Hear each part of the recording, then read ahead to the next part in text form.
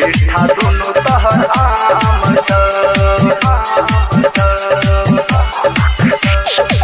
तोरा दुकान में है गे छौरी मीठा दुनु तहर आम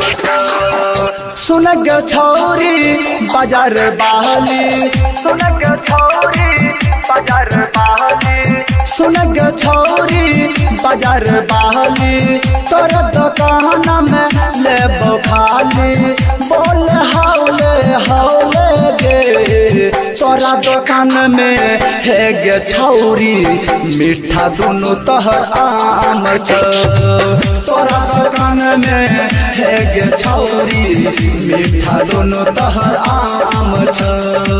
तोरा दुकान में है गे छौरी मीठा दुनु तहर आम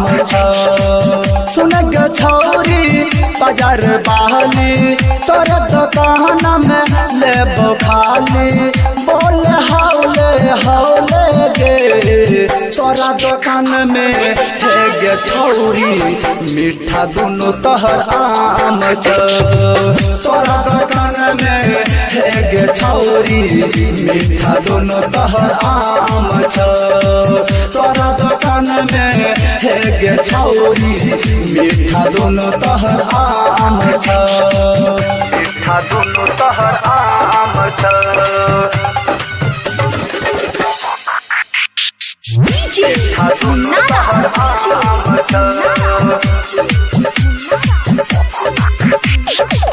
तोरा दुकान में है गे छौरी मीठा दुनु तहर आम भोरे भोरे खोल दुकाना जल्दी हमरा देखब समाना जल्दी हमरा देखब समाना बन कराबल छियो परेशाना आके खोल तू अपना दुकाना आके खोल तू अपना दुकाना सुन के गरिया बाजार वाली तोर दुकान में लेबो खाली बोल हौले हौले गे तोरा दुकान में है गे छौरी मीठा दुनु तहर आम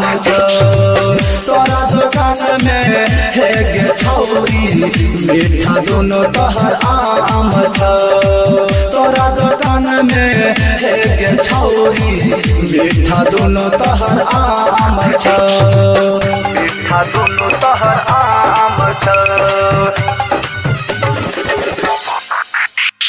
मीठा दुनु तहर आम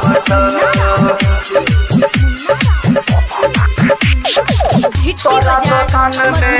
है गे छौरी मीठा दुनु तहर आम छटकी छटका बरकी बरका नैल बहु छोरी तर तरका नैल बहु छौरी तर तरका खाय में आबै छी जब माजा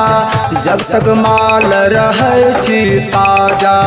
जब तक माल रहै छी ताजा सुन के छौरी टिकला बाली